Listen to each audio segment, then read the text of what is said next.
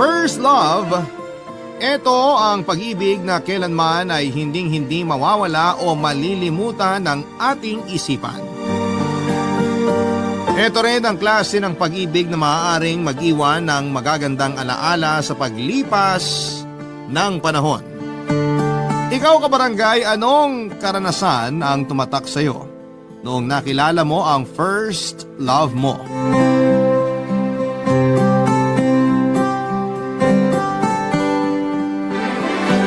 Dear Papa Dudut, isang mapagpalang araw sa lahat ng mga nakikinig sa Barangay Love Stories. Tawagin niyo na lamang po ako sa pangalang Renato, 30 years old at panganay sa 5 magkakapatid. Ako ang breadwinner ng pamilya at nagtatrabaho noon sa Australia bilang OFW. Naging waiter ako sa pinapasukan kong restaurant sa Canberra, ang capital city ng Australia. At 10 taon yung naging kontrata ko doon. Mahirap, pero kailangan kong kumayod. Simula nang mamatay ang aking tatay sa sakit na cancer. Simula nang iwan kami ng aking ama, ay itinuong ko ang aking sarili sa trabaho at sa pamilya. Sa 10 taon kong pagtatrabaho sa ibang bansa ay naipatayo ko na ang bahay namin. Napag-aral ko na rin ang aking mga kapatid at naibibigay ko naman ang mga gusto ng aking nanay Lydia. Hindi ko na inisip kung may matitira pa sa sahod ko para naman sa pangsarili kong mga gusto. Ang mahalaga ay maibigay ko ang pangangailangan ni nanay at ng mga kapatid ko.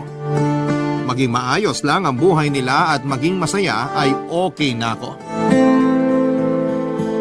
Umikot ang mundo ko sa pagtatrabaho, Papa Dudut, at maibigay ang pangangailangan ng aking pamilya. 30 anyos na ako at sa buong pamamalagi ko sa Australia ay hindi ako nagka-girlfriend. Kahit noong magtrabaho ako sa Australia ay wala rin akong naging nobya. Ipinangako ko kasi sa aking sarili na pagtatapusin ko muna ng pag-aaral ang aking mga kapatid bago ako mag-asawa at bumuo ng sariling pamilya. Unti-unti ko namang natupad ang mga yon, Papa Dudut. At dahil doon ay napagdesisyonan ko muna noon na magbakasyon sa Pilipinas para makita naman ang ipinatayo kong bahay para kina nanay at sa mga kapatid ko.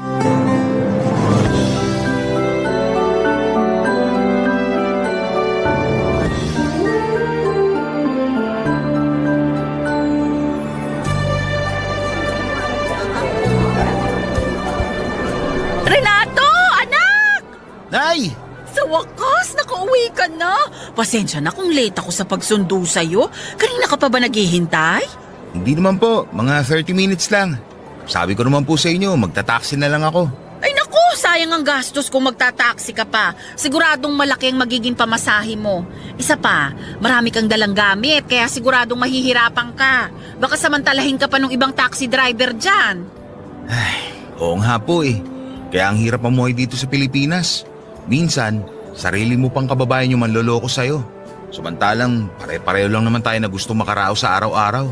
Kaya nga nag-arkila na lang ako ng sasakyan natin pa uwi. Mas mura at mas komportable pa sa biyahe. Salamat, Nay. Wala yun! Siya nga pala, Renato. Hanggang kailan ka rito sa Pilipinas? 6 na buwan lang po. Ha? Ang tagal nun ah. May ipon naman po ako. Huwag niyo nang alalahanin yung gastos. Tsaka, halos 10 taon din ako nawala. Gusto ko naman makasama kayo ng matagal-tagal. Ay kung sa bagay, marami na ring nagbago mula nung umalis ka. Eh, Nay, saan niyo pala gusto magbakasyon? O kaya, baka may gusto po kayong bilhin o kainin. Naku, ang totoo anak. Matagal ko nang gustong bumili ng alahas. May binibenta kasi sa akin yung kapitbahay natin. Kaso, hindi ko nabili. Kulang pa kasi yung budget ko. Baka pwedeng yun na lang. Ganun po ba? Sige po, bibili natin yan. Ay talaga? Oo naman po, Nay.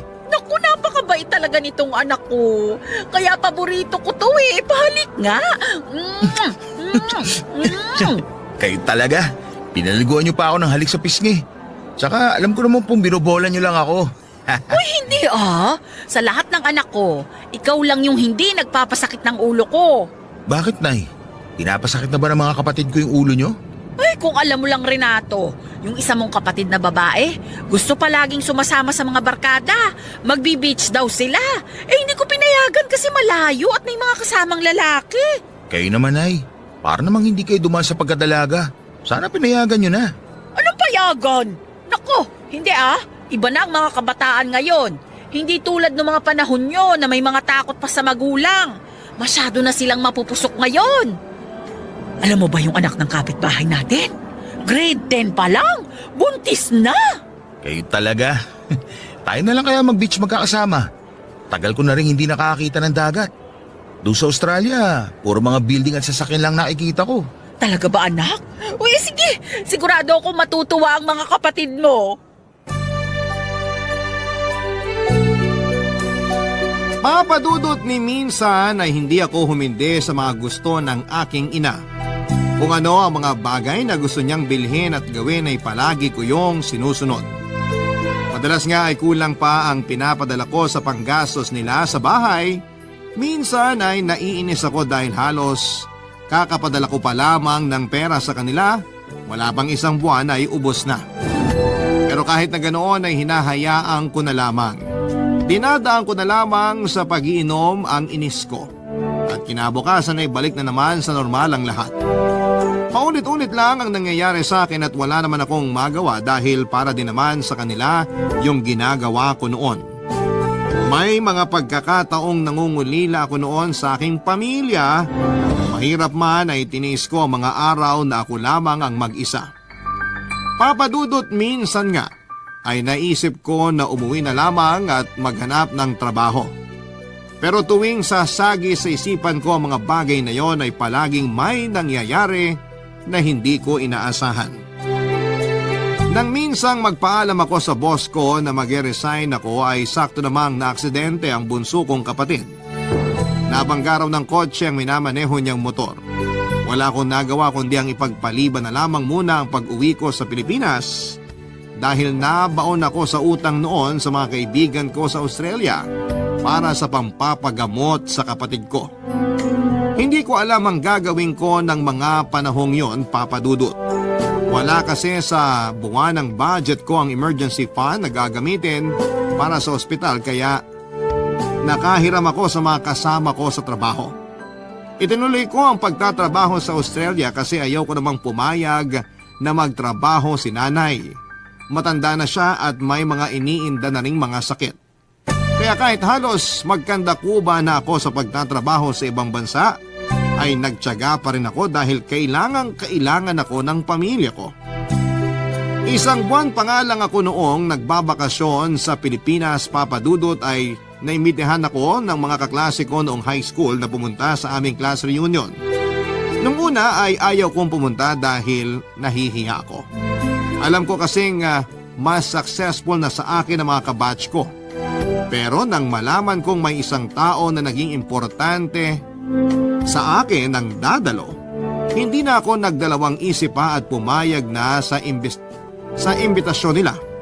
Pakiramdam ko tuloy ay nanunumbalik ang masasayang nangyari noong high school pa ako. Pumunta ako sa class reunion namin at doon ko siya nakita. Hindi pa rin siya nagbago, papadudot. Maganda pa rin siya tulad ng dati at masasabi ko talagang first love never dies. Dahil nang magkita muli kami ay muling bumilis ang tibok ng aking puso. Muli kaming nagkita ng babaeng una kong minahal, papadudot. Siya nga pala, ang pangalan niya ay Luisa.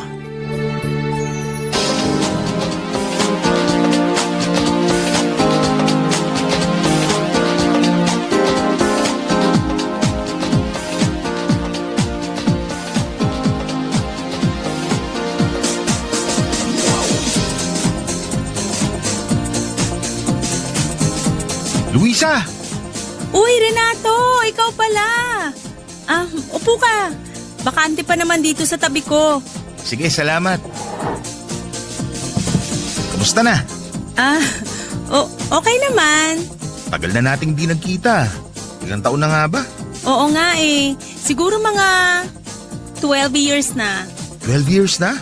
Pero Hanep, hindi ka pa rin nagbabago. Ang ganda mo pa rin. Ikaw rin, hindi ka pa rin nagbabago. Gwapo pa rin? Hindi. Bolero ka pa rin. Uy, hindi kita binobola. Totoo sinasabi ko. Maganda ka pa rin talaga. Ay nako, ewan. Ewan ko sa'yo. Nga pala, may asawa't anak ka na ba? Bakit mo naman natanong? Oh, wala naman. Baka kasi may magalit at biglaan na lang akong suntukin dito habang kausap kita. Wala no. Matagal nang wala. Ibig mo sabihin, single ka ngayon? Oo. Single mom. O bakit parang nahihiya ka na single mom ka? Iilan lang kasi sa mga kaklase natin yung may alam tungkol sa anak ko. Isa ka lang sa mga sinabihan ko. Ganun ba? May gusto sana ako itanong sa'yo eh. Kung okay lang. Ano ka ba? Para namang wala tayong pinagsamahan. Sige lang, magtanong ka lang. Matagal ka na bang hiwalay sa asawa mo? Mga 2 taon na rin siguro. Wala eh. Naghanap pa rin ng iba eh. Isipin mo yun, 5 taon na yung anak namin saka pa siya nagloko. Hindi ka niya deserve. Eh ikaw, sigurado ako may sarili ka ng pamilya. Wala. Hindi ko muna iniisip yun sa ngayon. Ha? Bakit naman? 30 years old ka na, di ba? Oo, kaso mas priority ko muna ngayon si nanay at mga kapatid ko. Breadwinner kasi ako, panganay. At ako lang ang kumakahit sa amin simula nung namatay si tatay. Kaya heto, single pa rin simula nung maghiwalay tayo. Ibig mong sabihin, never ka pa nagka-girlfriend pagkatapos nung sa atin? Oo, kasi nung maghiwalay tayo, hindi man nawala yung pagtingin ko sa'yo. Diba, ipinangako ko sa'yo noon na ikaw yung pakakasalan ko. Kung nagkataon pala, ako sana'y naging tatay ng anak mo. Ay, alam mo, masarap yung spaghetti nila rito. Gusto mo ba ikuha rin kita? Hindi na, okay na ako dito sa iniinom ko. Sigurado ka? Oo, ayokong kumain ng marami. Sige, ikaw bahala. Masarap pa naman yung mga handang pagkain. Mag-uwi ako mamaya para sa anak ko. Luisa, pwede ba tayo magkita ulit? Ha? Bakit naman? Wala naman. Gusto lang kita makasama madalas habang nagbabakasyon ako rito. Babalik na kasi ako ulit sa Australia after 6 months. Sige, okay lang. Ikaw bahala.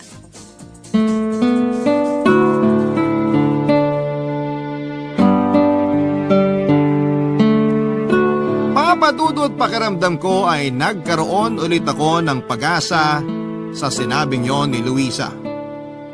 Naging memorable ang gabing yon para sa akin. Hindi nga ako nakatulog dahil magdamag kong iniisip kung ano ang susunod kong gagawin kapag nagkita kaming dalawang muli. Inaamin ko na may nararamdaman pa rin ako para sa kanya. Naghiwalay lamang kami dahil mas inisip ko ang kapakanan ni nanay noon.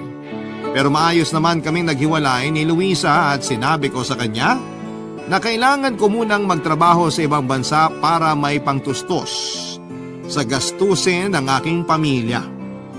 Hindi naman siya kumontra sa mga sinabi ko noon. Yun nga lang ay nang maging OFW ako ay nawalan na rin ako ng balita sa kanya. Lumipas man, papadudot, ang mahigit 1 dekada na hindi kami nagkita ay nananatili pa rin ang pagmamahal ko sa kanya. Hindi ko naman inaasahan na sa pagkikita namin ay manunumbalik ang mga masasayang ala-ala naming dalawa sa aking isipan. Natatandaan ko na noong kami pa ay masaya naman ang naging tagbo ng relasyon namin, sabay pa nga naming pinapangarap na makapagtrabaho sa ibang bansa. Pero biglang nagbago ang desisyon niya nang magkasakit ang kanyang ina. Hindi niya raw kayang iwanan ang nanay niya kasi sila na lang ang magkasama sa buhay. Maaga rin kasing nawala ang tatay ni Luisa kaya tanging ang kanyang ina ang naging sandalan niya ng mahabang panahon. Naunawaan ko naman ang dahilan niya pero hindi ko naman pwedeng ipagsawalang bahala na lamang ang kagustuhan kong makapagtrabaho sa ibang bansa. Lalo't kapos kami noon dahil si nanay na lamang din ang naging katuwang ko para mabuhay kami. Nakakatuwa lang na kahit papaano ay naiahon ko sa hirap ang pamilya ko, Papa Dudut. Unti-unti kong nakikita ang mga bagay na pinaghirapan ko sa loob ng 10 taon. Kaya hindi naman siguro masama kung sakaling hayaan ko namang maging masaya ang sarili ko sa muli naming pagkikita ni Luisa. Papadudot ng mga oras na magkausap kami ay marami akong gustong sabihin sa kanya. Gusto kong ipakita kung gaano ko kasaya na nagkita kaming muli. Kaya lang ay kakaunti lamang ang oras na kami ay nagkausap.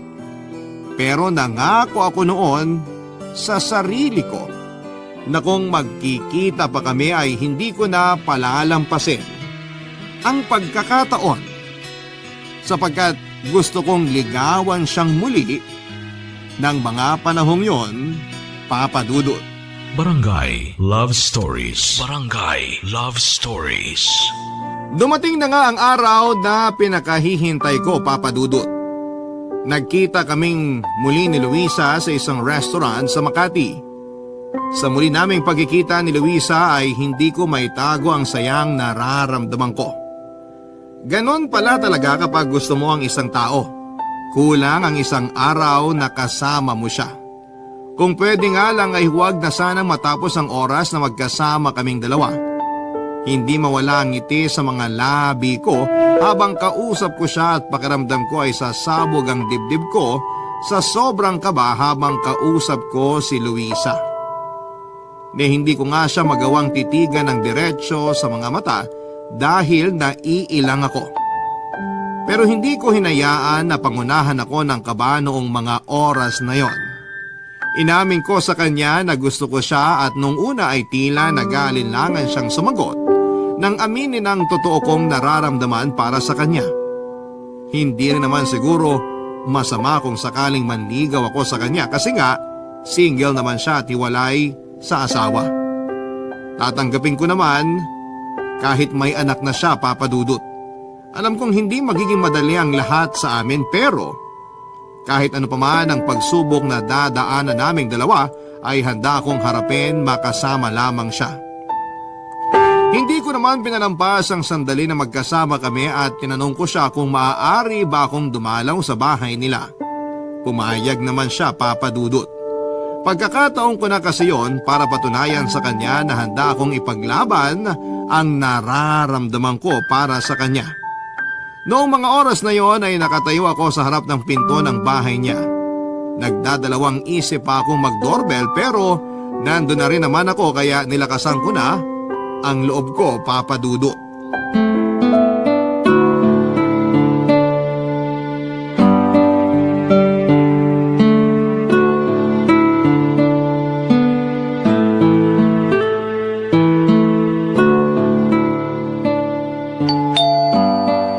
Sino naman kaya to? Sandali lang. Surprise! Renato, ikaw pala. Hindi mo man lang sinabi na dadalaw ka? Gusto sana kita sorpresahin kaya eto, para sa'yo pala. Salamat. Nag-abala ka pa? Halika, pasok ka. Mag-isa ka lang ba? Oo. Pasensya ka na, medyo magulo tong bahay. May gusto ka bang inumin? Juice, soft drinks? Kape, meron ka ba dyan? Oo. Sandali, ipagtitimpla kita. Maupo ka muna.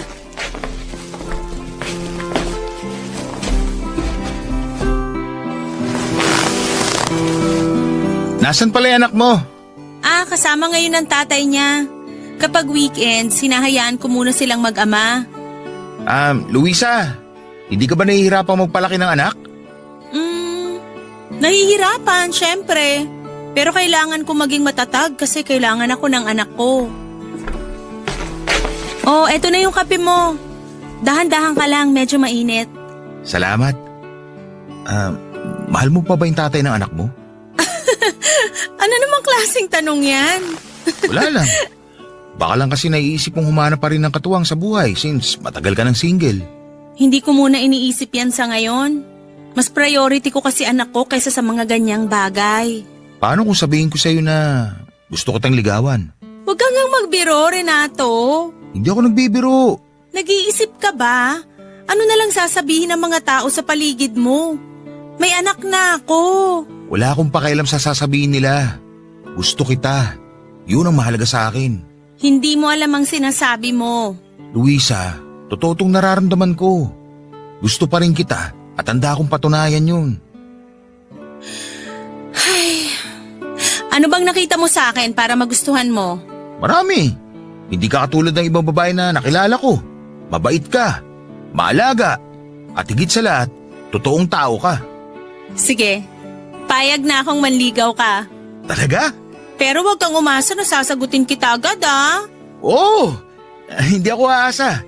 Sigurado ako na hindi mo pagsisisihan na pinagbigyan mo ako manligaw sa'yo. Tingnan natin. Salamat ah. Sus, para yun lang eh. Oh, kape mo, baka lumamig. Sorry, na-excite lang ako. Hindi ka pa ba hinahanap sa inyo? Bakit? Pinapaalis mo na ba ako? Hindi naman. Medyo madilim na rin kasi, baka hinahanap ka na rin ng nanay at mga kapatid mo. Oo nga pala. Kailangan ko na rin umuwi. Gusto kasi ni nanay na sa bahay na ako maghapunan. Salamat nga pala sa kape ah. Wala yon. Siya nga pala, Luisa. Pwede ka ba maimbita sa amin minsan? Sige, basta sabihan mo lang ako kung kailan. Masaya akong nakita ka ulit. Ako rin. Masaya ako nagkita ulit tayo. At nagkausap ng matagal-tagal. Pwede ba ulit ako dumalaw dito? Oo naman. Welcome na welcome ka rito kahit kailan mo gusto. Sana, pati sa puso mo, maging welcome ulit ako. Ang dami mong alam. Sige na, umuwi ka na. Baka lalo kang gabihin. Sige, alis na ako. Ingat ka. Papadudot, isang pag-asa ang nakita ko ng mga panahong yon. Akala ko nga ay hindi ako papayagan ni Luisa na manligaw sa kanya. Nag-aalangan din ako noong una dahil baka huli na ang lahat para sa amin. Pero mali pala ako. May pag-asa palang maibalik ang dating kami. Pinaunlakan ni Luisa ang hiling ko na siya naman ang bumisita sa bahay at ipakilala ko kina nanay. At sa pagpayag niya, ay kaagad ako nag-set ng araw para maipakilala siya sa aking pamilya. Nagdala pa nga si Luisa ng mga prutas para kay nanay at masaya naman ang pagsalubong sa kanya ng aking ina. Welcome na welcome siya sa bahay namin. Ipinagluto pa nga siya ng masasarap na putahe ng nanay ko. Ilan sa mga yon ay alam kong mga paborito niya. Marami pa rin naman akong alam tungkol kay Luisa kahit matagal kaming nagkahiwalay. Lalo na pagdating sa mga paborito niya. Hanggang sa panahon na yon ay alam ko pa rin ang mga paborito niyang panoorin, pati na rin ang mga paborito niyang kanta. Pink naman ang paborito niyang kulay kaya sinabi ko kay nanay na pink ang ilagay na mantel sa mesa namin. Naging magaan ang pakikitungo ni nanay kay Luisa, Papadudot. Marami rin pala silang pagkakapareho. Pareho nilang interes ang pagluluto at panonood ng mga drama sa telebisyon. Nagulat nga ako dahil mukhang mas magkakasundo sila ni nanay sa mga bagay na gusto nilang gawin. Hindi na itinago ni Luisa kay nanay na may anak na siya pero hiwalay sa asawa. Ipinaliwanag ko naman sa aking ina kung ano ang sitwasyong meron si Luisa at nauunawaan naman niya ang bagay na yon. Pero napansin ko na medyo nag-iba rin ang timpla ni nanay matapos mapag-usapan ang tungkol sa pagkakaroon ng anak at pagiging hiwalay sa asawa ni Luisa. Ganon pa man noong buong time na nasa bahay si Luisa ay naging maganda ang pakikitungo ng pamilya ko sa kanya. Akala ko naman ay maayos na ang lahat. Totoo nga ata yung sabi nila na huwag kang maging masyadong masaya kasi may bawi yon. Kung anong saya mo ng sobra ay merong kaukulang kalungkutan yon na kapalit, Papadudot.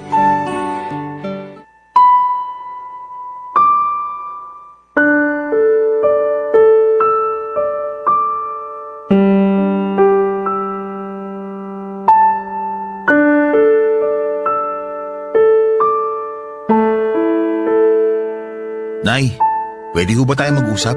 Sige anak, ano bang pag-uusapan natin? Bakit bigla na lang nagbago yung timpla nyo kanina nung nalaman nyo may anak na si Luisa? Aba, napansin mo pala. May problema ho ba, Nay? Bakit mo ba pinakilala sa akin ng babaeng yon? Kasi gusto kong makilala niyo yung babaeng gusto kong mapangasawa. Akala ko okay siya sa inyo. Akala ko rin eh.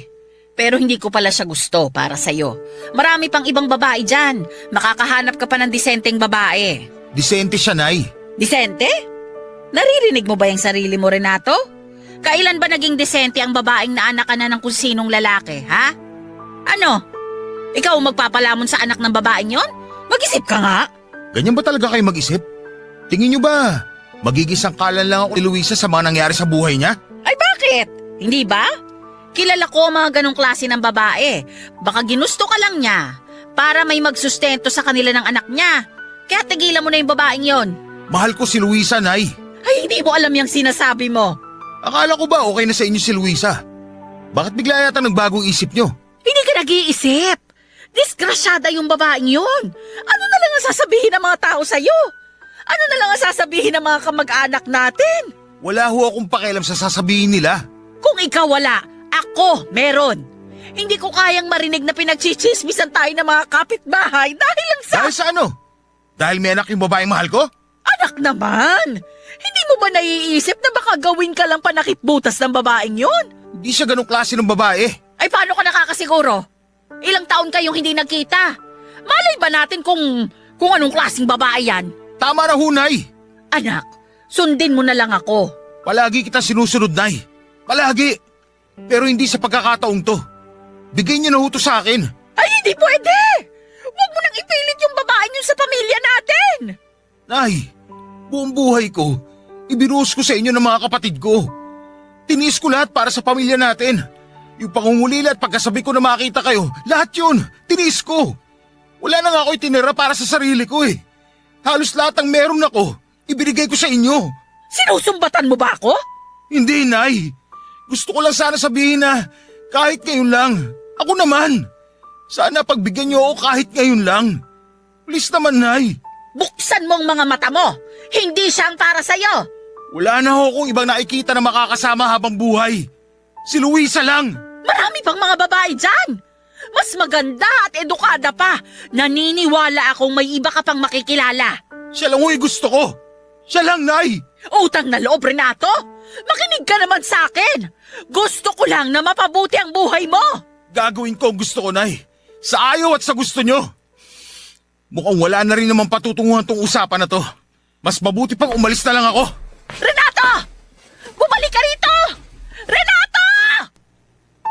Halos ilang linggo rin kaming hindi nagpansina ni nanay noon, Papa Dudut. Naging malamig ang pakikitungo namin sa isa't isa.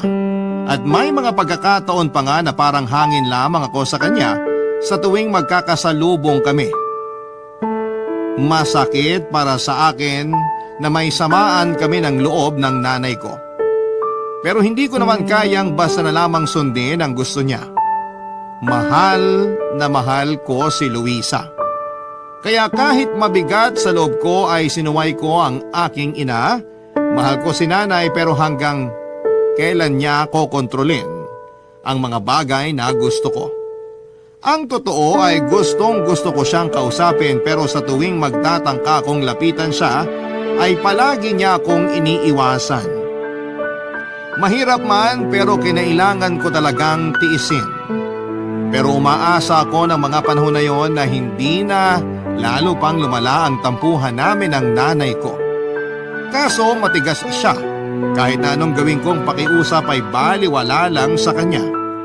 Madalas pa rin akong dumadalaw sa bahay ni Luisa at nakilala ko na rin ang kanyang anak at naging maganda naman ang relasyon ko sa bata. Hindi ako sumuko at ipinaglaban ko siya sa lahat. Kahit pa sa buong pamilya ko. Isang gabi ay inimbitahan ako ni Luisa sa bahay nila at wala doon ang anak niya. Kaya kami lang dalawa magkasama ng gabing yon. Nag-set up pa siya ng candlelight dinner at naghanda ng mga masasarap na pagkain. Tinanong ko siya kung anong meron at nagluto siya ng ganong karaming pagkain. Hindi ko akalain na yun na pala ang araw na pinakahihintay ko. Sa wakas ay nakuha ko na ang matamis niyang oo. Nung una ay nagulat ako at walang paglagyan ng saya sa aking dibdib nang marinig ko ang mga sinabi niya. Hindi ko na napigilang yakapin at halikan siya sa labi na labis ang tuwang nararamdaman ko ng mga sandaling yon. Nang matitigan ko ang kanyang mga mata ay mas naramdaman ko ang labis na pagmamahal ko para sa kanya, Papa Dudut. Ang gabi ring yon, ang unang gabi na may nangyari sa aming dalawa. Pinaramdam ko ang nag-uumapaw kong damdamin para sa kanya. Ang mainit na gabing yon ay mas lalo pang naging mapusok dahil hindi lang isa, kundi maraming beses kong pinaramdam sa kanya ang pagmamahal ko, Papa Dudut. Barangay Love Stories. Barangay Love Stories. At dahil official na kami ni Luisa, Papa Dudut, ay pinakilala na niya ako sa anak niya bilang boyfriend. Naging masaya naman ang anak niya sa binalita namin. Mabuti pa nga ang bata, hindi hinusgahan ang relasyon namin ng nanay niya. Sa halip na kumontra ay sinuportahan pa kami.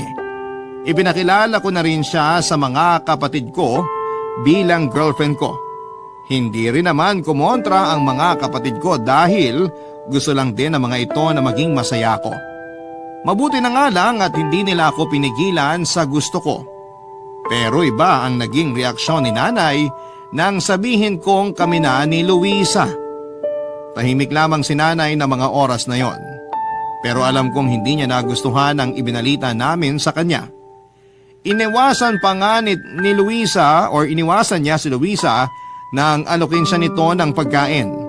Nahuli ko rin siya noon na pinapagalitan si Luisa nang hindi sinasadyang matapunan siya nito ng tubig sa damit. Inawat ko noon si nanay pero sinabi lang ni Luisa na wag na lang daw akong pumatol dahil siya naman ang may kasalanan. Hindi ko talaga maintindihan si nanay ng mga panahon na yon, Papa Dudut, at hindi na nga lang ako sumagot dahil ayaw ko rin namang mapahiya si Luisa. Para bang hangin lang si Luisa kay nanay at hindi ko nagustuhan ang inasal ng nanay ko sa harap ng babaeng mahal ko. Para na rin niya akong binastos sa mga ginawa niya.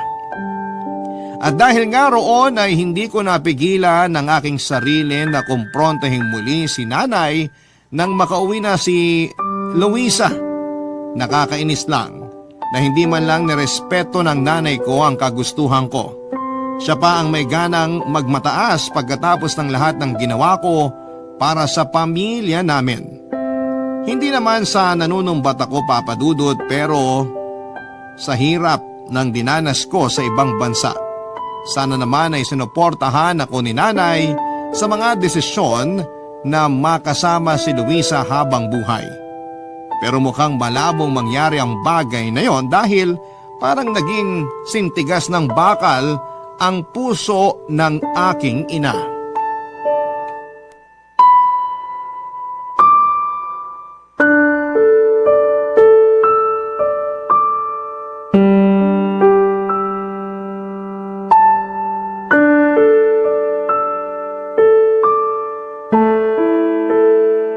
Nay, kausapin mo naman ako. Hanggang kailan mo ba ako babaliwalain? Hanggat hindi mo nilalayuan ang babaeng yon, hindi magiging maayos ang pakikitungo ko sa'yo. Ilang beses ko po bang sasabihin sa inyo na mahal ko siya? Wala akong pakialam. Kung hindi mo hihiwalayan ang babaeng yon, huwag kang umasa na magkakaayos tayo. Bakit ba ayaw niyo sa kanya? Mabuting tao si Luisa. Sigurado ako magugustuhan niyo siya. Bakit hindi niyo muna siya subukan kilalanin? Ay, hindi ko siya kailangang kilalanin. Ilang beses ko na rin bang sasabihin sa'yo na kilala ko yung hilat siya ng mga ganong klase ng babae. Sasaktan ka lang niya. Talaga po ba? Ang bilis niyo naman manghusga. Manghuhula po ba kayo para malaman na sasaktan niya lang ako? Renato, wag mo nga ipagtanggol ang babaeng yon. May pangalan po siya, Nay. Wala akong pakialam. Hindi ko siya gusto. At kahit kailan, hindi ko siya magugustuhan. Nay naman! Ay, Renato, tama na. Huwag mong ipilit sa akin ang gusto mo mangyari. Dahil kahit anong gawin mo, hindi ko siya magugustuhan. Ano po bang kailangan kong gawin para matanggap niyo si Luisa? Anak, pakiusap. Tigilan mo na yung kapipilit na magustuhan ko siya. Wala rin mangyayari. Ganyan na ba talaga katigas yung puso mo, Nay? Ilang beses ko bang sasabihin sa'yo na ayoko sa babaeng yon? Hindi po kayo magdedesisyon para sa akin. Nanay mo ako! Kaya may karapatan ako na magdesisyon para sa pamilyang to! May nanay pa pala ako. Huwag mo kong binabastos, ha? Ganito talaga igaganti niyo sa akin sa lahat ng sakripisyong ginawa ko? Ikaw lang naman yung inaalala ko. Ako ba talaga o yung sinasabi ng ibang tao? Anak, ayaw mo kasing makinig sa akin. Nay, buong buhay ko, sa inyo lang ng mga kapatid ko umikot yung mundo ko. Huwag niyo naman ako ipagdamot sa taong mahal ko. Hindi naman sa ganun. Simula nung mawala si tatay, ako na yung nagtrabaho para sa pamilyang to. Halos mangulila ako sa inyo habang nasa ibang bansa ako. Pero may narinig ba kayo sa akin? Di ba wala? Anak, hindi mo kasi naiintindihan. Hindi po, Nay. Naiintindihan ko na. Mas mahalaga sa inyo yung sasabihin ng iba kaysa sa mararamdaman ko. Wala naman kayong pakialam sa akin, di ba? Kaya mas mabuti pa kung aalis na lang ako rito. Ano ka mo? At saan ka naman pupunta? Aalis na lang ako sa bahay na to. Kukunin ko lang yung mga gamit ko. Anak, mag-usap tayo. Paano naman kami ng mga kapatid mo? Huwag kayong mag-alala. Padadalan ko pa rin naman kayo ng pera. Anak, huwag ka nang umalis. Hindi ko na kaya, Nay. Kung ganito lang din ang gusto niyo mangyari, mas mabuti pang lumayo na lang muna ako. Papa Dudut, dahil sa naging pagtatalo namin ng nanay ko ay nag-decide na muna akong umalis sa amin. Pinuntahan ko si Luisa sa bahay nila at nakiusap na kung pwede ay sa kanila na muna ako tumuloy. Magiliw naman akong pinatuloy ng girlfriend ko sa bahay nila. Mabigat man sa akin ang pag-alis ko sa amin ay wala naman akong magagawa dahil ayoko rin naman na mas lumala pa ang hindi namin pagkakaunawaan ni nanay. Tiniis ko na hindi ko siya kausapin. At may mga pagkakataong tumatawag siya pero hindi ko yon sinasagot. Hindi naman ako nagmimintis na magpadala sa kanila sa tuwing kailangan nila ng pera sa bahay. Pero sa kapatid ko pinapadaan ang mga pinapadala ko dahil gusto kong maramdaman ni nanay na masama pa rin ang loob ko sa kanya. Para bang naging bato na rin ang puso ko dahil sa mga nangyari. 2 linggo rin akong nagstay kina Luisa, Papa Dudut. Akala ko nga ay hahayaan lamang ako ni Luisa sa desisyon ko. Pero iba pala ang babaeng minahal ko. Siya mismo ang kumumbinsi sa akin na makipag-ayos kay nanay. Ayaw niya raw na mas lalo pang lumala ang hindi namin pagkakaunawaan. Kaya siguro gano'n na lamang ang pangungumbinsi niya sa akin na makipag-ayos na. Isa pa ay ayaw din niya na mas sumama pa ang tingin ng nanay ko sa kanya kung sakaling hahayaan niya lamang ako noon na hindi umuwi sa amin. Kung sakaling pakakasalan ko siya, hindi naman siya papayag na may samaan sila ng loob ng aking ina. Naisip kong tama nga rin ang mga sinabi niya. Pakakasalan ko si Luisa pero ayaw ko namang may mabigat siyang nararamdaman sa nanay ko kapag naging mag-asawa na kami. Papa Dudut, doon ko na-realize na tama yung punto ni Luisa na kahit na anong mangyari ay pamilya pa rin kami ni nanay. Matapos ang aming pag-uusap ay sinamahan niya ako sa bahay namin. Nasa harap pa lamang ako ng aming bakuran ay abot langit na ang kaba ko dahil hindi ko alam kung ano ang sasabihin ko kay nanay. Oras na makita niya ako. Pero sinabi lang ni Luisa na kahit na anong mangyari ay nasa likod ko lamang siya. Kabado pa akong umuwi sa amin sa bahay para makipag-ayos kay nanay ng mga oras na yon, Papa Dudut.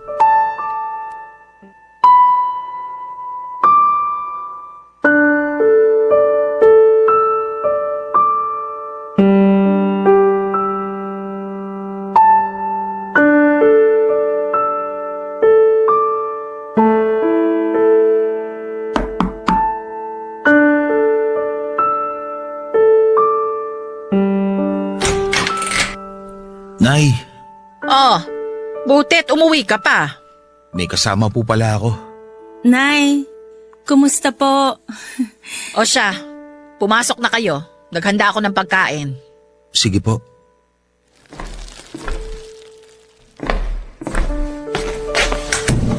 Mukhang hindi bad mood si nanay mo ngayon ah. Oo nga eh. Halina kayo! Baka lumamig tong pagkaing hinanda ko. Opo, Nay!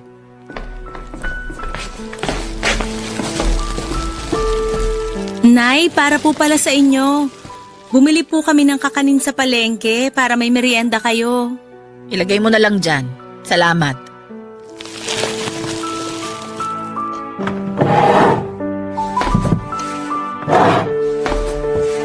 Nay, may gusto po sana ako sabihin sa inyo.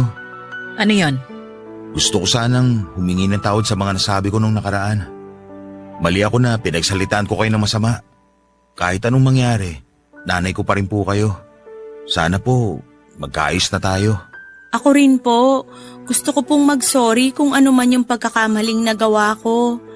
Pero mahal na mahal ko po ang anak nyo. Pangako po na hinding-hindi ko sasaktan si Renato. Ako nga ang dapat humingi ng pasensya. Masyado akong pinangunahan ng takot. Mas iniisip ko pa yung sasabihin ng iba kaysa sa kasiyahan ng anak ko. Anak, sorry ha. Nay, huwag na kayong umiyak. Luisa, anak. Pasensya ka na kung nahusgahan kita kaagad. Sana mapatawad niyo pa ako. Wag na po nating isipin yon.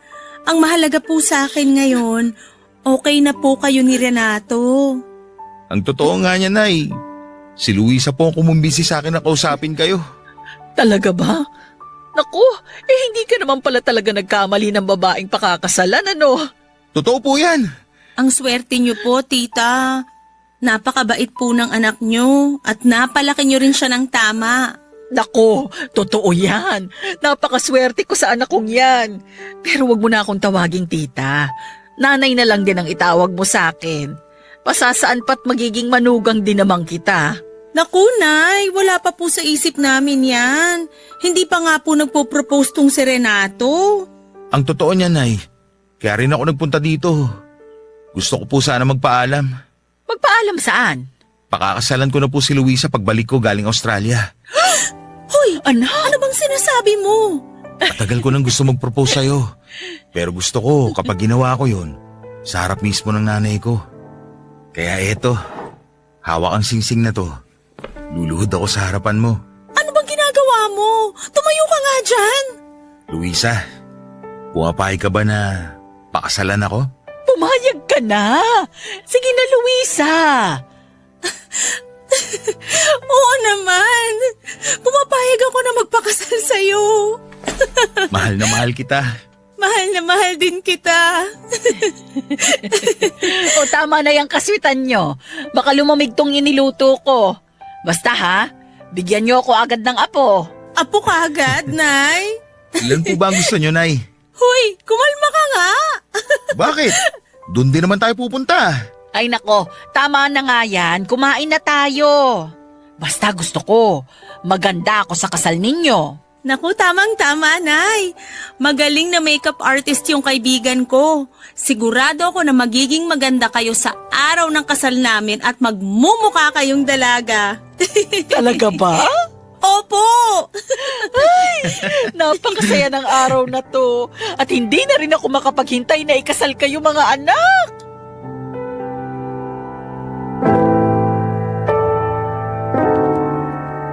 Papadudot yun na yata ang pinakamasayang araw sa buong buhay ko. Pakiramdam ko ay lumilipad ako sa alapaap sa sobrang saya ng araw na yon. Pumayag na si nanay na magpakasal kami pero dahil ipinangako ko kay nanay na pagtatapusin ko muna sa pag-aaral ang mga kapatid ko, ay bumalik po ako sa Australia at pinagpatuloy ang aking trabaho doon. Makalipas lamang ang ilang linggo matapos ng proposal ko ay lumipad ulit ako para muling makipagsapalaran sa Australia. Pero kahit na ganoon ay hindi naman nawala ang pagiging close ni Nanay at Luisa sa isa't isa. 2 o 3 beses sa isang linggong bumisita si Luisa sa bahay namin kasama ang anak niya. Minsan pa nga ay nakikita kong magkasama sila noon habang ka-video call ko si Nanay. Apo na nga ang itinuring ni Nanay sa anak ni Luisa. Hindi ko lubos maisip na kahit napakarami naming pinagdaanan, sa huli ay kami pa rin ang pagtatagpuin ng tadhana. Nakakatuwa lang isipin na may pag-asa pa pala akong maging masaya sa kabila ng mga pinagdaanan ko sa buhay ko, Papa Dudut. Ngayon nga ay may anak na kami at may sarili na ring bahay dito sa Cavite. Naisipan kong magtayo ng sariling bakery since mahilig din akong mag-bake noong nasa Australia pa ako. Nagtayo na rin ako ng sarili kong tindahan at kayo lang ang pinapakinggan namin sa bakery. Naging libangan ko na rin po ang Barangay Love Stories simula nang makapag-decide akong dito na sa Pilipinas mag for good.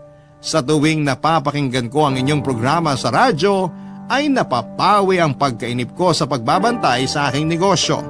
Kaya talagang hindi katakatakang #1 kayo sa buong bansa dahil sa mga magagandang kwento ng buhay na ibinabahagi ninyo sa amin. Minsan ay susubukin tayo ng nararamdaman nating pag-ibig. Doon natin malalaman na totoo ang kasabihan na lahat ay hahamakin. Oras na makaramdam tayo ng tunay na pagmamahal. Ikaw kabarangay, ano ang handa mong isakripisyo para sa taong minamahal mo? Ang sabi ko noon kapag nagmahal ako ay hindi ako magpapakatanga ng sobra. Hindi ko ibababa ang sarili ko para lamang sa ibang tao. Palagi kong papahalagahan ang sarili ko dahil yon ang alam kong tama. Hindi tayo nabubuhay para sa iba kaya kailanman kailangan na palaging piliin ang ating mga sarili. Dear Papa Dudut, hello po sa inyong lahat at sa mga kabarangay nating nakikinig ngayon. Tawagin niyo na lamang po ako sa pangalang Justin. 32 years old, nagtatrabaho bilang production operator dito sa Marikina. Matagal ko na pong libangan ang pakikinig ng mga drama kaya naman naisipan ko na rin na gumawa ng sulat para ibahagi ito sa inyong programa na Barangay Love Stories. Lumaki nga pala ako sa isang broken family at nasaksihan ko kung paanong ilang beses na nambabay ang tatay ko noon. Sa ilang beses na yon ay napakaraming beses din siyang pinatawad ng nanay ko at nagtiis sa pagsasama nila kahit na nasasaktan na siya. Hanggang sa magkaanak na nga sa ibang babae si tatay at doon na nga tuluyang tinapos ni nanay ang kanilang pagsasama bilang mag-asawa. Nang dahil din doon, Papa Dudut, ay nangako ako sa sarili ko na hindi ako magiging kagaya ng nanay ko. Hindi ako magmamahal ng sobra, kagaya ng ginawa niya sa tatay ko. Palagi kong pipiliin ang sarili ko kesa sa ibang tao o kahit pa sinong makarelasyon ko. Pero ang pananaw ko na yon ay nagbago nang makilala ko si Lena, ang girlfriend ng isang katrabaho ko, Papa Dudut.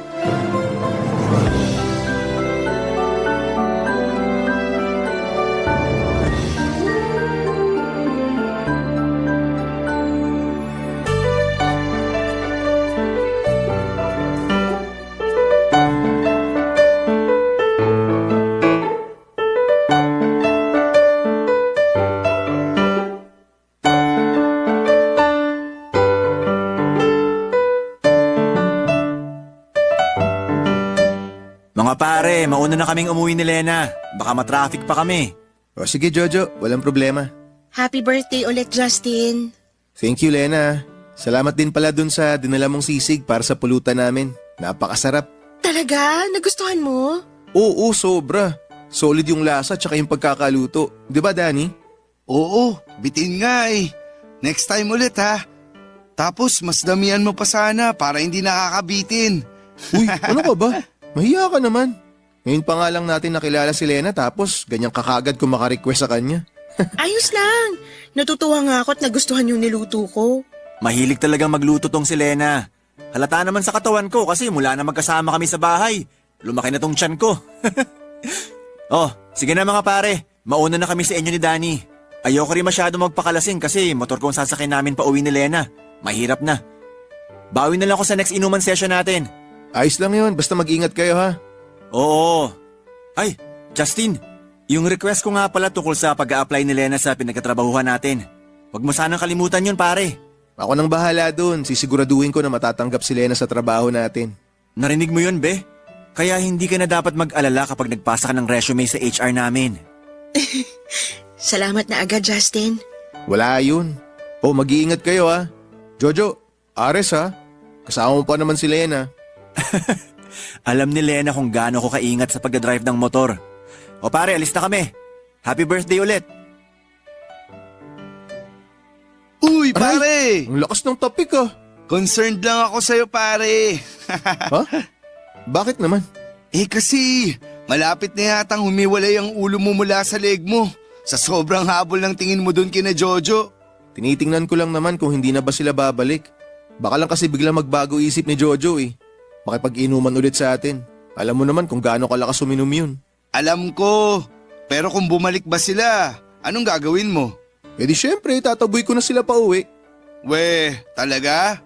Oo nga. Kasi hindi pwedeng malasing si Jojo. Mahirap na, baka maaksidente pa sila. Baka maaksidente sila o si Lena? Ano pinagsasabi mo dyan? Nako, Justin, ilang taon na tayong magkaibigan at magkatrabaho. Kaya alam ko ang dahilan. Kapag ganyan na namumungay ang mga mata mo habang nakatingin sa isang babae. Namumungay talaga mga mata ko kasi nakailang bote na tayo ng alak. Aba? Huwag ka na nga mag-deny sa akin, Justin. Aminin mo na. Ha? Ano nga aminin ko sa'yo? Na-type mo si Lena. Uy, huwag kang ganyan. Girlfriend ni Jojo yun. At kung hindi yun girlfriend ni Jojo, matatypan mo nga siya. Sabi ko na nga ba't tama ako? Kapag ganyan mga sagutan mo na hindi ka makapagsalita, alam ko na oo ang sagot mo. Pero hindi mo lang maamin sa akin. Huwag kang mag-alala. Hindi makakarating kay Jojo na type mo ang girlfriend niya.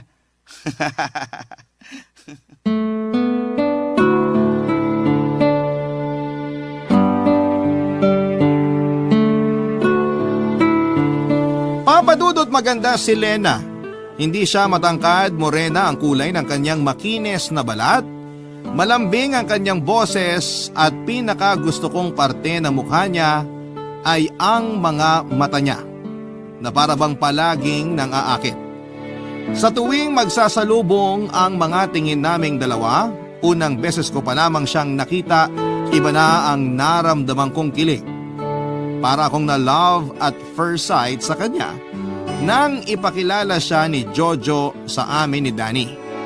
Pero syempre pilit ko yon na hindi pinahalata sa kanya kasi nga girlfriend siya ng kaibigan ko. Papadudo, tinulungan ko si Jojo na maipasok si Lena sa pinagtatrabahuhan namin. Hanggang second year high school lamang kasi ang natapos nito at required sa amin na at least ay nakapagtapos ng fourth year sa high school. Pero dahil malaki ang tiwala sa akin ng boss namin ay pumayag ito na tanggapin si Lena at makapagtrabaho sa amin. Naging daan yon, Papadudod, para maging close kami ni Lena. Lalo na nang maging pareho ang schedule namin sa trabaho. Pagkalipas ng halos isang taon ay bigla na lamang hindi na pumasok si Jojo sa trabaho at nalaman ko na buntis si Lena. Kaya lang ay ayaw daw siyang panagutan ni Jojo dahil tinatanggi nito na ito ang ama ng ipinagbubuntis niya. Ang masama pa doon ay pinaalis na si Lena sa tinutuluyan niyang apartment dahil wala na siyang pambayad doon. Hindi na rin kasi umuwi pa si Jojo sa kanila at nang sabihin sa akin yun ni Lena, nagmagandang loob ako na patuluyin muna siya sa apartment na tinitirahan ko noon, Papadudot.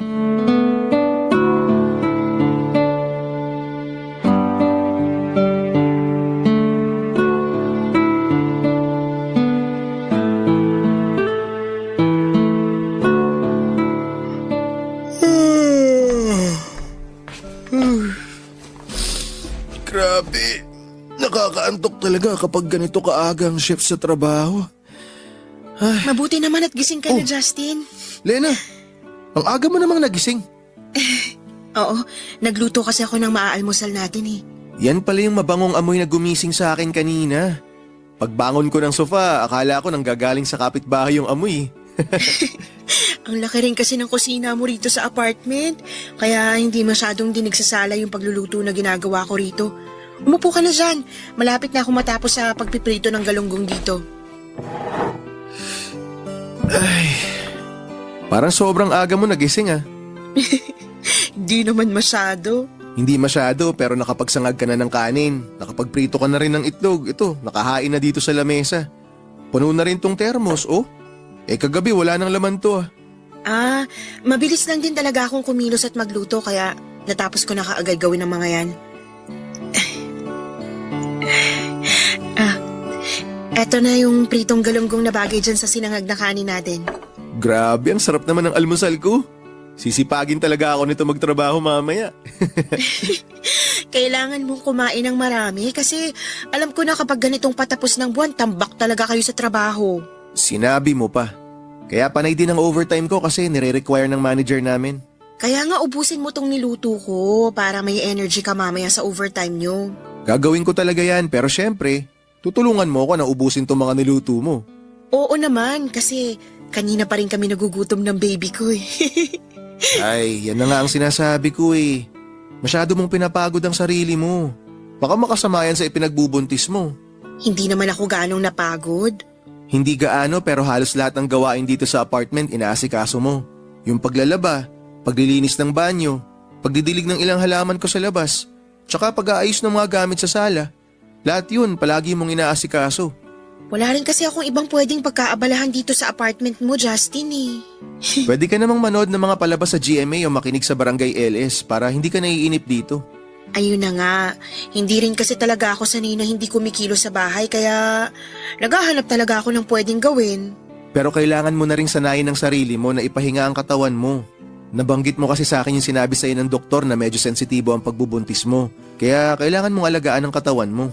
Inaalagaan ko naman ang sarili ko kaya hindi mo ako dapat alalahanin. Ang totoo, nahihiya na nga ako sa'yo, Justin. Bakit ka naman nahihiya sa akin? Kasi ilang araw na rin akong nagiging abala sa'yo. Sa halip na masarap ang pahinga mo sa kwarto, doon ka sa sala natutulog para magamit ko yung kwarto mo. Okay lang naman talaga sa akin kahit sa sofa na lang ako matulog. O kahit na maglatag ako ng banig sa sahig, makakatulog pa rin ako ng maayos. Ayun naman ang di ko matitiis, Lena. Yung makita na sa sofa ka natutulog lalo na sa kalagayan mo ngayon. Pero apartment mo to, kaya mas may karapatan ka na. Lena, ang sabi ko naman sa'yo, di ba? Habang nandito ka sa apartment ko, ituring mo na rin na parang bahay mo to. Huwag kang mahiya o mailang sa akin. Dahil gusto ko na maging komportable ka habang nandito ka. Salamat talaga, Justin. Salamat sa lahat ng tulong mo sa akin. Sus, wala yun. Basta ikaw, Lena. Papadudot nang magsimulang lumalim ang pagkakaibigan namin ni Lena noon, mas lalo ring lumalim ang espesyal na pagtingin ko para sa kanya. Doon ko nalaman na galing siya sa mahirap na pamilya at lumulungas pa siya ng Maynila para makipagsapalaran sa buhay. Meron siyang 6 na kapatid sa probinsya at dahil siya ang panganay, siya rin ang maagang sumalo ng responsibilidad mula nang mamatay ang kanilang ama. Doon ako mas lalong humanga kay Lena, Papadudot, kasi nakita ko ang tiyaga niya at labis na pagmamahal sa kanyang pamilya. At kahit wala na siyang masyadong kilala sa Maynila, naglakas loob siyang lumuwas at pumasok sa iba't ibang trabaho na alam niya na para lang makapagpadala ng pera sa pamilya niya sa probinsya. Sa isang karinderya siya noon nagtrabaho nang makilala niya si Jojo at maging boyfriend. Kay Jojo rin ang galing ang ideya na doon na lamang siya magtrabaho sa kumpanya namin na kaagad naman niyang sinang-ayunan. Maayos naman ang naging pagsasama nila kahit may ilang pagtatalo din sila tungkol sa mga gastusin, Papadudot. At pambababae ni Jojo na ilang beses niyang pinalampas. Pero mula na makipaghiwalay ito sa kanya pagkatapos niyang ipaalam na buntis siya ay bigla na lamang itong nag-resign sa kanyang trabaho at hindi na muli pang nagpakita sa kanya, Papadudot. Barangay Love Stories. Barangay Love Stories. Papadudod sinuggest ko kay Lena na umuwi na lamang muna siya sa pamilya niya sa probinsya. Pero ang sabi niya ay ayaw niyang umuwi sa probinsya para lamang pagchismisan siya ng mga tao doon. Ayaw niya rin na madismaya ang nanay niya dahil ilang beses siyang pinigilan nito na lumuwas ng Maynila. Marami raw kasing babae sa probinsya nila ang lumuwas ng Maynila at umuwi sa probinsya na buntis na pero wala namang mga boyfriend o asawa. Umuwi para magdagdag ng pabigat sa kani-kanilang pamilya. At yon ang ayaw na mangyari ni Lena Papadudut. Nung araw na sinabi sa akin ni Lena ang tungkol sa pinagbubuntis niya at hindi na pagpapakita sa kanya ni Jojo ay grabe ang iyak niya, Papadudut. Tapos na ang shift namin sa trabaho at sa may kantin siya nagkwento sa akin habang umiiyak. Namumroblema siya kung saan siya titira sa oras na tuluyan na siyang paalisin ng may-ari ng tinutuluyan niya. Napadala na raw kasi niya ang pera niya sa probinsya at hindi niya pwedeng galawin ang ipon niya. Halos hindi na raw siya kumakain ng maayos para lamang makatipid. Kaya naman doon na ako nag-alok ng tulong sa kanya, Papadudut. Ayaw pa nga niya noon tanggapin ang tulong ko na doon muna tumuloy sa tinitirhan ko. Pero dahil wala na rin siyang ibang mapupuntahan, tinanggap na rin niya ang tulong na binibigay ko. Kasunod ang pag-resign sa trabaho, Papadudut.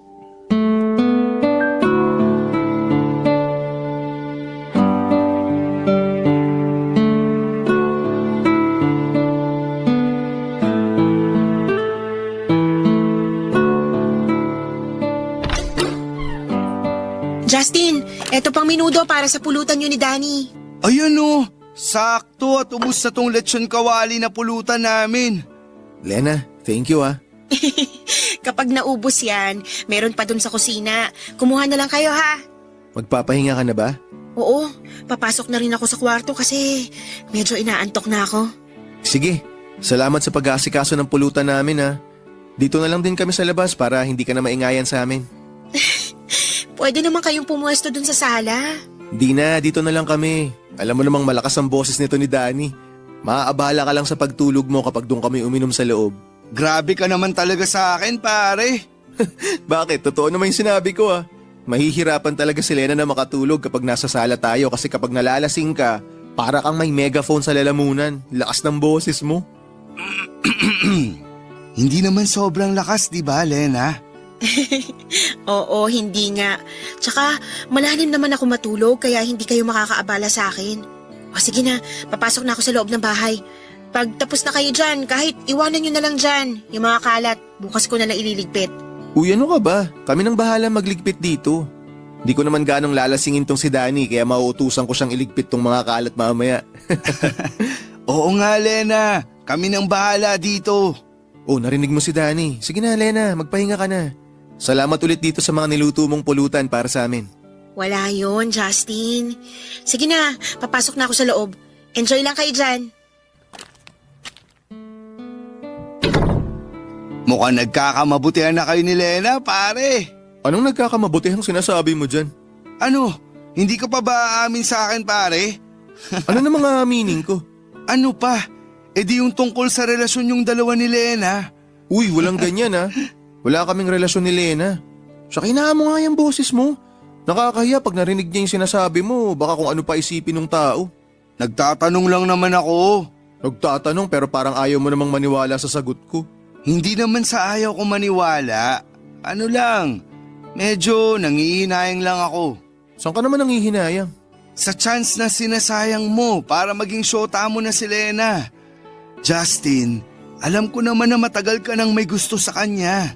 Ni minsan ba, sinabi mo sa kanya yung tungkol sa nararamdaman mo na yan? Ay, hindi. Hindi naman kasi niya kailangan malaman eh. Eh bakit mo pa siya tinutulungan kung hindi mo naman ipapaalam sa kanya na gusto mo siya? Tapos, pinatira mo pa talaga siya dito sa apartment mo ng libre. Nakwento mo pa na ikaw na rin ang gumagastos para sa mga prenatal check-up niya. Alam mo kasi pre, hindi naman yun yung purpose ng pagtulong ko sa kanya eh. Tinutulungan ko si Lena kasi kaibigan ko siya. Tsaka nagmamalasakit ako sa kanya. Walang mali siya yung ginagawa ko. At mas lalong hindi ako naghihintay ng kahit na anong kapalit mula sa kanya. Papadudot mula nang tumira si Lena sa apartment ko ay wala siyang kahit na anong ginastos. Mula sa pagkain upa ng bahay o follow-up check-up niya para sa pagbubuntis niya. Ako lahat ang gumagastos ng para doon. Sinabi ko na bayaran niyo na lamang ako sa oras na nakapanganak na siya o nakakaluwag na sa pera. Nang panahon na yon ay may naipon naman siya kahit papaano na inuunti-unti niyang pinapadala sa pamilya niya sa probinsya. Ginawa niya yon para maitago sa mga ito ang pagbubuntis niya at ang kawalan niya ng trabaho. Alam ko na hindi ko naman talaga responsibilidad si Lena pero hindi ko mapigilan ang sarili ko na tulungan siya, Papa Dudut. Pero huwag niyo sanang isipin na kaya ko siya tinutulungan ay para magkaroon siya ng dahilan na mahalin ako. Hindi yun ang dahilan ko. Tinutulungan ko siya kasi alam ko na hindi niya deserve kung ano man ang pinagdadaanan niya noon. Hindi niya deserve ang lokohin at saktan dahil ang kagaya niya ay dapat na minamahal ng buong puso at walang kapantay, Papa Dudut.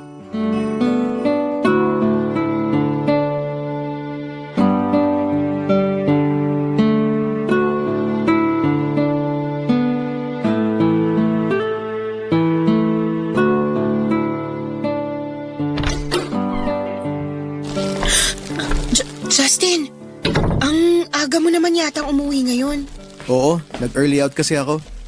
Bakit? Masama bang pakiramdam mo? Hindi naman. Kasi simula pa lang kasi ng buwan, medyo maluwag pa ron sa trabaho ngayon.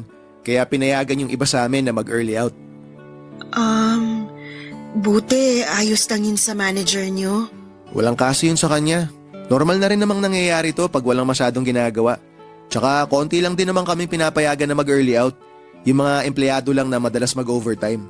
Siyempre, kasama ako ron. Kasi patayan din talaga yung record ko ng overtime eh.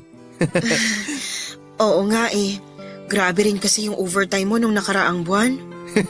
Kung may best in overtime lang na award, ako na nakakuha nun sigurado. Ay, oo nga pala. May dala ako ditong pakwan oh. Di ba sabi mo kahapon gusto mo mag-watermelon shake? Oo.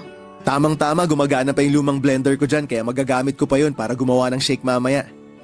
Teka, may lakad ka ba? Ha? Oo. Ano kasi? Aalis kasi ako, Justin. Saan ka pupunta? Ano kasi, Justin? May schedule ka ba check-up ngayon? Ha? Naku, nawala yata yun sa isip ko ah. Sakto pala na maaga ako nakauwi. Masasamahan kita. Anong oras ba yung check-up mo? Pwede na to, no? Di na siguro ako magpapalit ng damit para hindi tayo malate kasi baka... Wala akong check-up ngayon, Justin. Ah, ganun ba? Saan pala ang lakad mo? Justin, ang totoo... Lena, okay na ba mga gamit mo? Jojo? Anong ginagawa mo dito? Justin, nakauwi ka na pala. Obvious ba? Ikaw, anong ginagawa mo dito? Sinusundo ko na si Lena. Sinusundo?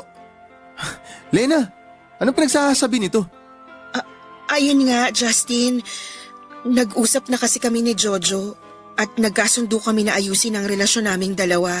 Makikipagbalikan ka kay Jojo pagkatapos kanyang iwan sa ere? Ikaw at ang anak mo? Humingi naman na ng tawad sa akin si Jojo. Nagpaliwanag din siya na nagulat lang siya nang malaman niyang buntis ako kaya lumayo siya sa akin. O tapos, ganun na lang yon? Pagkalipas ng ilang buwan, babalikan ka na lang niya na parang pusa kung saan kanya huling iniwan. Ganon?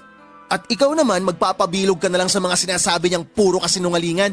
Justin, dahan-dahan kasi sinasabi mo dahil wala kang alam tungkol sa amin ni Lena. Ikaw ba, Jojo? Anong alam mo tungkol kay Lena pagkatapos mong hindi magparamdam ng ilang buwan? Ha? Wala rin naman di ba? Wala kang alam tungkol sa kanya o sa ipinagbubuntis niya kasi naduwag ka. Naduwag ka nung malaman mo na magiging tatay ka na. Kaya tinakasan mo yung responsibilidad mo sa kanya. Nagbuhay binata ka. Kapal ng mukha mo. Sa bagay, ano pa bang aasahan sa isang duwag na katulad mo? Duwag ka, Jojo. Duwag! Sumusobra ka na ha? Jojo, tama na! Huwag mo nang saktan si Justin! Ang yabang kasi nito.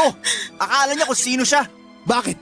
Nagsasabi lang naman ako ng totoo na bahagyang buntot mo nung malaman mo na nabuntis mo yung girlfriend mo.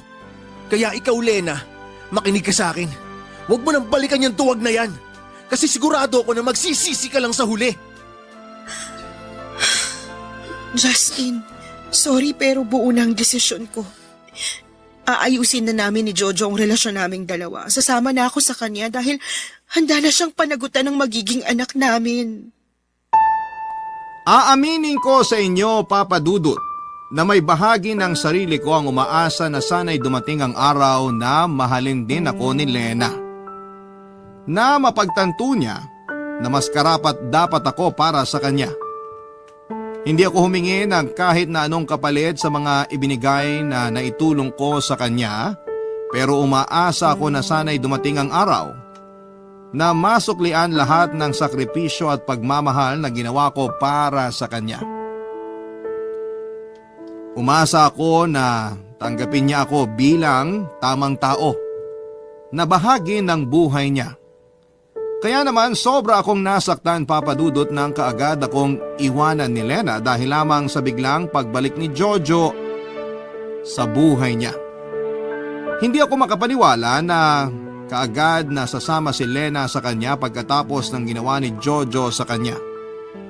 Bakit ito pa rin ang pinili niya kahit na labis na siya nitong nasaktan? Ayoko talagang manumbat pero noong araw na umalis siya, hindi ako nakarinig ng kahit na anong pasasalamat mula sa kanya. Ganon talaga, Papa Dudut, siguro sa mundo ng pag-ibig. Kahit pa tinuturo ng isipan natin kung sino ang tamang tao para sa atin, madalas na mas pinipili pa rin natin ang maling tao dahil sila ang tinitibok ng puso natin. Papa Dudut. Barangay Love Stories. Barangay Love Stories. Papa Dudut, kahit na ilang beses ko pang gustuhing pigilan si Lena na umalis na tinitirhan ko, ay tuluyan na rin akong walang nagawa dahil wala rin naman talaga akong karapatan sa ipinagbubuntis niya. Mahal ko si Lena at kailangan na irespeto ko ang desisyon niya, lalo na at hindi naman talaga ako parte ng buhay niya. Wala akong karapatan sa buhay niya. Papa Dudut, sobra akong nanibago mula nang umalis si Lena sa apartment ko dahil nasanay na rin talaga ako na nandun siya. Ilang buwan din siyang tumira sa bahay at pakiramdam ko noon, nagsasama na kami talaga bilang mag-asawa. Nag-resign na rin kasi siya sa trabaho kaya palaging nasa apartment lang. Lumalabas lamang siya ng bahay kapag may kailangang bilhin sa palengke o kaya ay may check-up siya sa OB niya. At syempre kasama niya ako palagi kapag pupunta siya ng ospital. Parang ako na talaga ang partner niya kahit pa nga doon siya sa kwarto natutulog at ako naman ay sa sofa sa may sala. Para sa akin ay espesyal na ang pagsasama namin sa isang bubong. At nang umalis siya sa apartment ay mas nag-focus na lamang ako sa pagtatrabaho.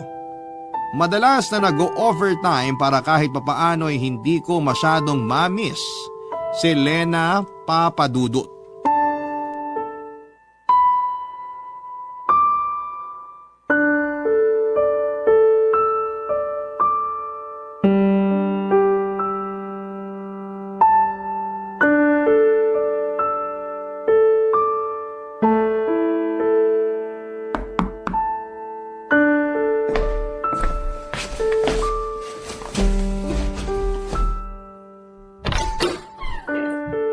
Lena?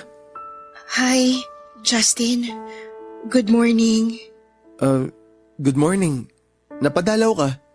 Pwede ba akong pumasok sa loob ng apartment mo? Ha? Oo naman. Halika, pasok ka. Salamat.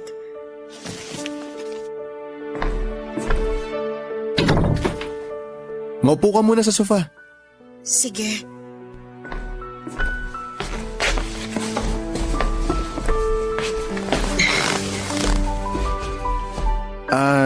Nagugutom ka ba? May gusto ka bang kainin o inumin? Gusto mo ba ng kape o... Justin, ayos lang ako. Hindi ako gutom at hindi rin ako nauuhaw. Okay. Bakit ka nga pala biglang bumalik dito sa apartment?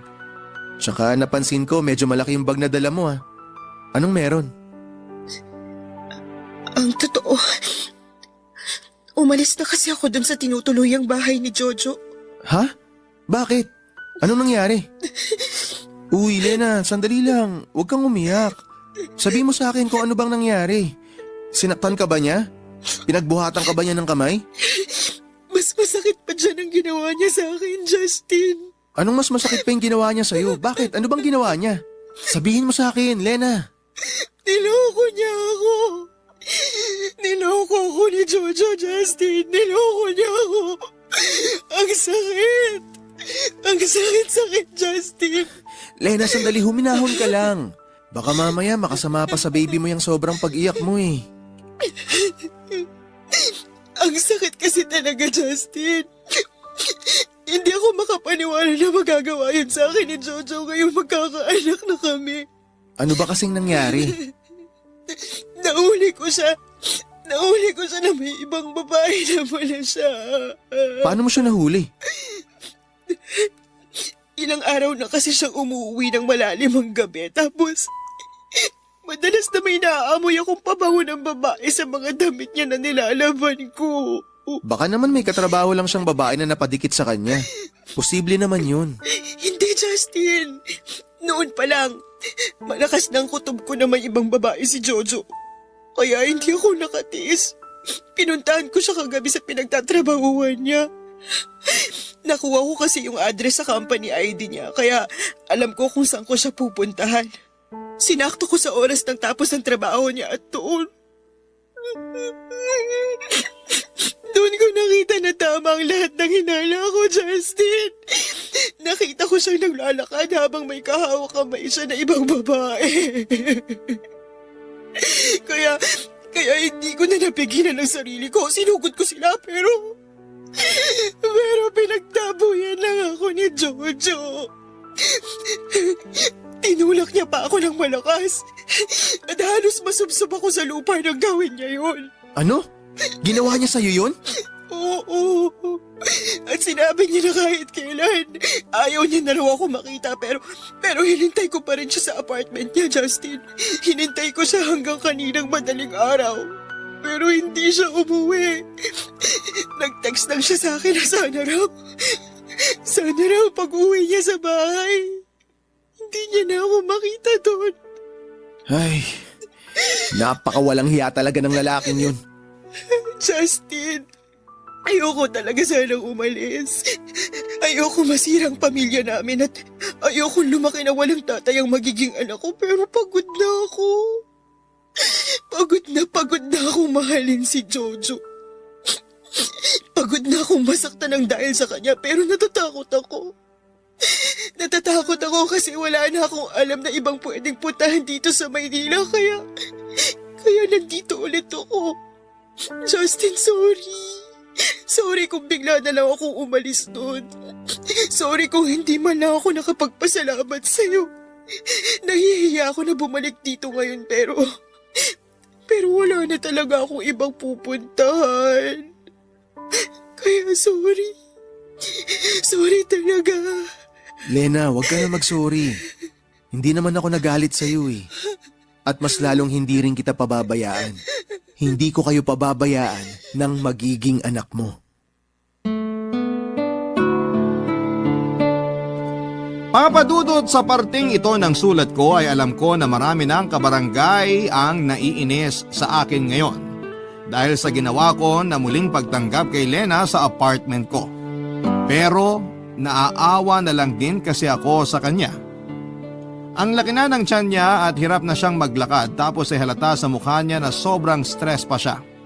Sino ba namang hindi may stress kung halos harap-harapan na pala siyang niloloko ng karelasyon niya? Alam ko na mahirap din sa kanya na bumalik sa akin pero ginawa niya dahil malaki ang tiwala niya sa akin. Alam niya na hindi ko siya kayang tiisin. Alam niya na maaawa ko sa kanya. Kaya tutulungan ko rin siya, Papa Dudut. Sige, aaminin ko na hindi lang talaga awa ang nararamdaman ko para kay Lena ng mga oras na yon. Nandun pa rin ang espesyal na pagmamahal ko para sa kanya. Kailanman ay hindi yon nawala o nabawasan.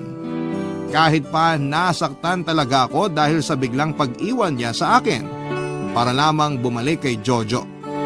Malalim pa rin ang pagmamahal ko para sa kanya, kaya naman, kagaya ng dati, sinuportahan kong muli siya. Tinulungan at inalagaan hanggang sa makapanganak siya. Ako ang gumastos lahat para sa panganganak niya hanggang sa pangangailangan ng baby niya sa loob ng ilang buwan. Kahit kailan ay hindi ako humingi ng kapalit at palagi kong sinasabi na ginagawa ko yon dahil magkaibigan kaming dalawa. Dahil espesyal sa akin ang friendship namin at napamahal na rin sa akin ang anak ni Lena, Papa Dudut.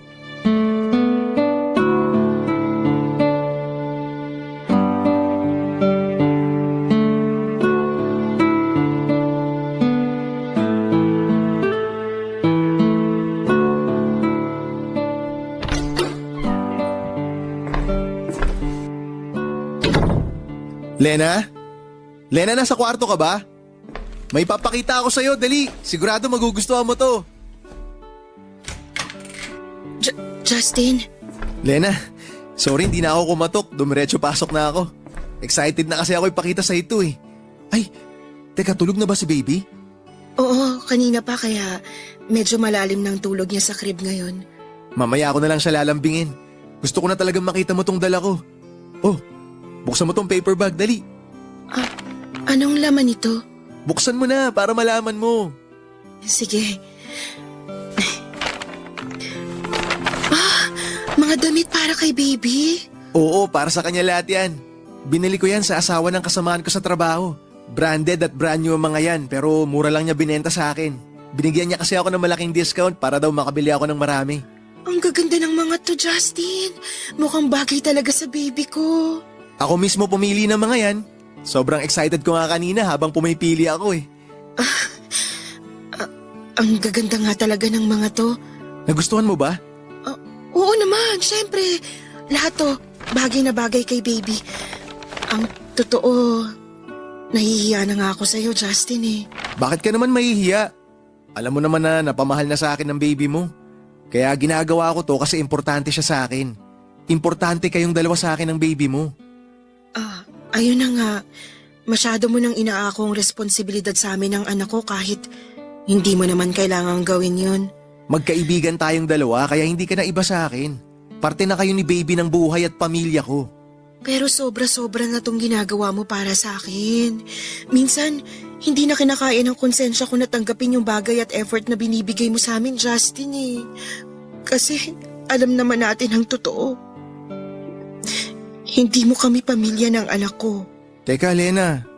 Ano ba yung mga sinasabi mo? Justin, sorry. Sandali. Bakit meron dalawang malaking bag dyan sa tabi ng kama? Mga gamit niyo ba ni baby yung nasa loob ng mga bag na yan, Lena? Ano, Lena? Bakit hindi mo sinasagot yung tanong ko? Ano ba talagang problema? Bakit bigla ka nalang nag-impake? Aalis na ako, Justin. Aalis na kami ng anak ko. Ano? Salamat sa lahat pero kailangan na naming umalis, Justin. Kailangan na naming umalis dito sa apartment mo. Pero bakit nga? Ano bang nangyari at bigla ka nalang nagdesisyon ng ganyan?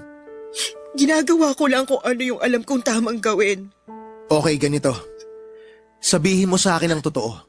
Papayagan kitang umalis kung sasabihin mo na babalik ka na sa pamilya mo sa probinsya. Kung doon kayo pupunta ng baby mo, papayag ako, walang problema. Kung gusto mo nga, ako pa mismo maghahatid sa inyong dalawa ron. Ano? Bakit hindi ka makasagot? Siguro tama yung hinala ko, no? Siguro tama yung iniisip ko na babalik ka lang naman doon sa walang kwentang Jojo na yun. No? Tama ako, no?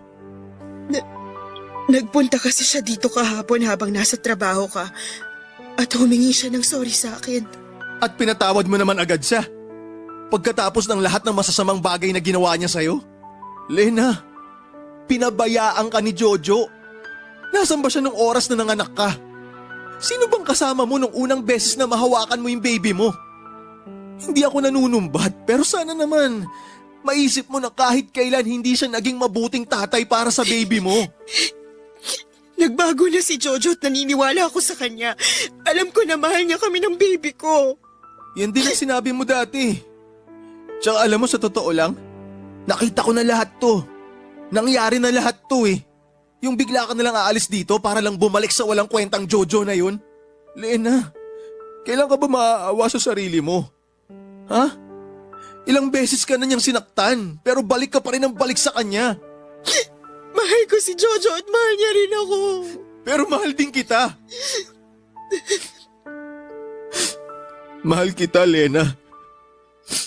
At kahit kailan, wala akong ibang ginawa kundi ang iparamdam sa iyo yung pagmamahal ko. Pero anong ginagawa mo?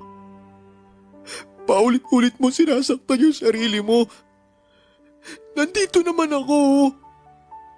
Nandito ako para sa inyo ng anak mo. Naging mabuti naman ako sa kanya, di ba? Nakita mo yun. Ginawa ko ang lahat para maibigay yung pangangailangan ng baby mo. At kaya ko mas patunayan pa yung pagmamahal ko sa... Justin, tama na.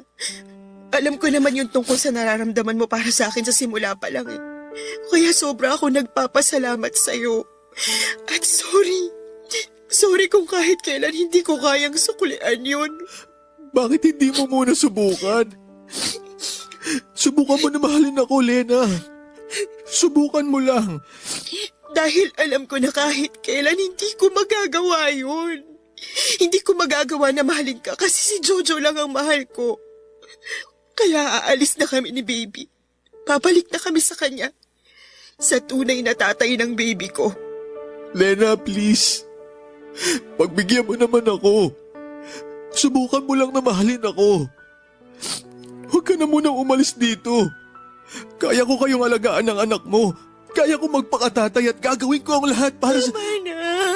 Tama na, Justin. Salamat sa lahat ng nagawa mo para sa akin, pero hanggang pagkakaibigan lang talagang kaya kong ibigay sa'yo. Sorry. At salamat sa lahat ng tulong na naibigay mo sa akin. Papadudot, yon ang unang pagkakataon na inamin ko kay Lena ang nararamdaman kong pagmamahal para sa kanya. Naisip ko na oras na para malaman niya kung bakit ko nga ba ginagawa ang lahat ng yon para sa kanya. Bakit masyado ko nang ibinaba ang sarili ko para lamang matulungan sila ng anak niya. At ang akala ko ay kagaya ng sabi ng ibang tao ay luluwag ang pakiramdam mo oras na maipaalam mo at masabi ang totoong sinisigaw ng puso mo. Pero hindi yon ang nangyari sa akin, Papa Dudut. Kailanman ay hindi gumaan ang nararamdaman ko. Mula nang aminin ko kay Lena ang pag-ibig na matagal ko nang tinatago para sa kanya. Dahil sa huli ay pinili niya pa rin na muli akong iwanan. At muling bumalik sa lalaking ilang ulit na siyang sinaktan. Hindi ko alam, Papa Dudut, kung gaano kamartir si Lena para lang magawa niyang bumalik muli kay Jojo. Pero baka ayaw niya lang din na lumaki ang anak niya na magkahiwalay sila ni Jojo. Papa Dudut, hindi pa rin yon dahilan para tiisin lahat ni Lena ang lahat ng panloloko sa kanya ni Jojo. Handa naman akong tumayo bilang tatay ng baby niya kahit panghabang buhay pa. Tatanggapin ko ang lahat ng parte ng kanyang nakaraan. Ilang beses ko yon na sinabi, pinaalam at pinaramdam kay Lena. Kaya nga, ginasusan ko siya kasama ng anak niya. Alam ko na hindi ko dapat inuungkat dahil parang panunumbat na ang ginawa kong tulong na nagawa ko para sa kanya. Pero yun naman kasi talaga ang katotohanan. Noong mga oras na nahihirapan si Lena sa pagbubuntis niya ay ako ang kasama niya hanggang sa dumating ang espesyal na araw na isinilang na niya ang anak niya. Papa Dudut, na imagine ko na noon na para na kaming isang masayang pamilya ni Lena. Ako na ang kikilalaning tatay ng anak niya at magsasama na kami bilang isang pamilya. Isang pangarap na hanggang imahinasyon na lamang pala dahil kailanman ay hindi ako kasama sa mga plano ni Lena. Nang araw na yon, ilang beses pa akong nagmakaawa sa kanya na huwag akong iwanan. Hindi lang dahil sa mahal ko siya kung hindi dahil mahal ko na rin ang anak niya. Pero walang napuntahan ang pagmamakaawa ko na yon at muli niyang pinili na iwanan ako na para bang hindi naging parte ng buhay niya. Papadudot, mas mahirap para sa akin ang pag-alis na yon ni Lena dahil nasanay na ako nakasama sila ng anak niya sa bahay ko. Nakabuo na ako ng mga plano at pangarap kasama silang dalawa. Pero sabi nga nila hindi kailanman natin dapat na pinipilit ang mga sarili natin sa taong hindi naman tayo gustong makasama. Kaya kahit napakahirap para sa akin ay pinilit kong tanggapin na kailanman ay hindi ako ang pipiliin ni Lena na mahalin at maging parte ng buhay niya. Papadudod doon ko na-realize na madalas talaga na natatalo ng puso ang isipan pagdating sa paggawa ng mga desisyon sa buhay. Kahit gaano pa katama ang isip at kamali ang gustong gawin ng puso ay palagi pa rin nagwawagi ang huli. Kahit alam natin na masasaktan lang din tayo, palagi pa rin nating pinipili ang magmahal. Dahil sa bandang huli, ang mahalaga doon ay naging masaya tayo kahit sa maikling parte lamang ng kwento ng buhay natin. Dito na po nagtatapos ang sulat ko at sana'y nakapag-iwan po ito ng aral sa ating mga kabarangay.